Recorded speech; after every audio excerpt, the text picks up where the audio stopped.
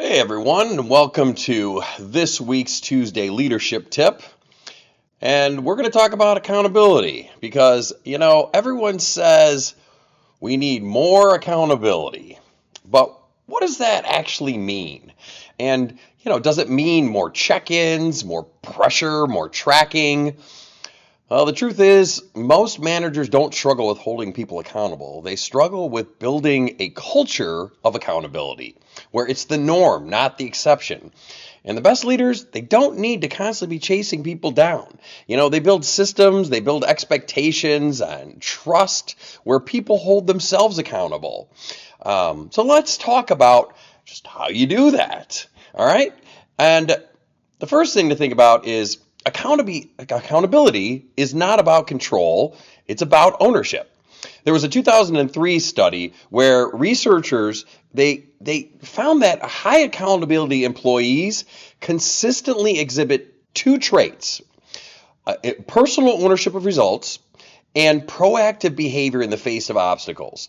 What that means is they don't wait to be told what to fix. They anticipate and then they act. But here's the catch. That behavior doesn't just happen. It's modeled, it's coached, and it's reinforced by leadership. So, what do you need to do for this to happen with your employees? Well, here are three key things. The first one is you got to set clear expectations. Write them down. Vague goals create vague results. In a dealership, that just might mean sales targets with daily activities, the minimums. Service CSI targets with follow-up protocols such as asking each customer about their visit before leaving. Customer arrival greeting standards where you role play reinforcing how that looks. There was another research by Lockheed and Latham on goal setting theory. And with that, clear and challenging goals consistently improve performance, but, and here's the but, only when employees understand what success looks like. So tip, don't just say it, document it, have job expectations, daily checklists, team agreements, eliminate all the gray areas that you can. And then here's a key thing, you give consistent feedback and give it early and often. 2013, there was research that showed that companies with strong feedback cultures, guess what? They have 14.9% lower turnover rates. And turnover, that's a challenge in dealerships. Well, it's a challenge everywhere, it seems, nowadays. So accountability, well, it dies in silence. You've got to catch problems when they're small. Weekly one-on-ones, they're not about micromanaging. They're about providing real-time course correction, celebrating wins, reinforcing standards before bad habits set in. And the third thing is you got to model what you expect.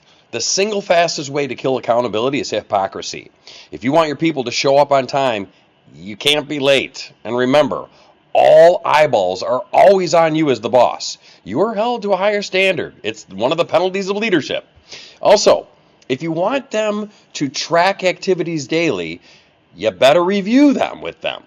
If you want them to be coachable, you have to be coachable yourself.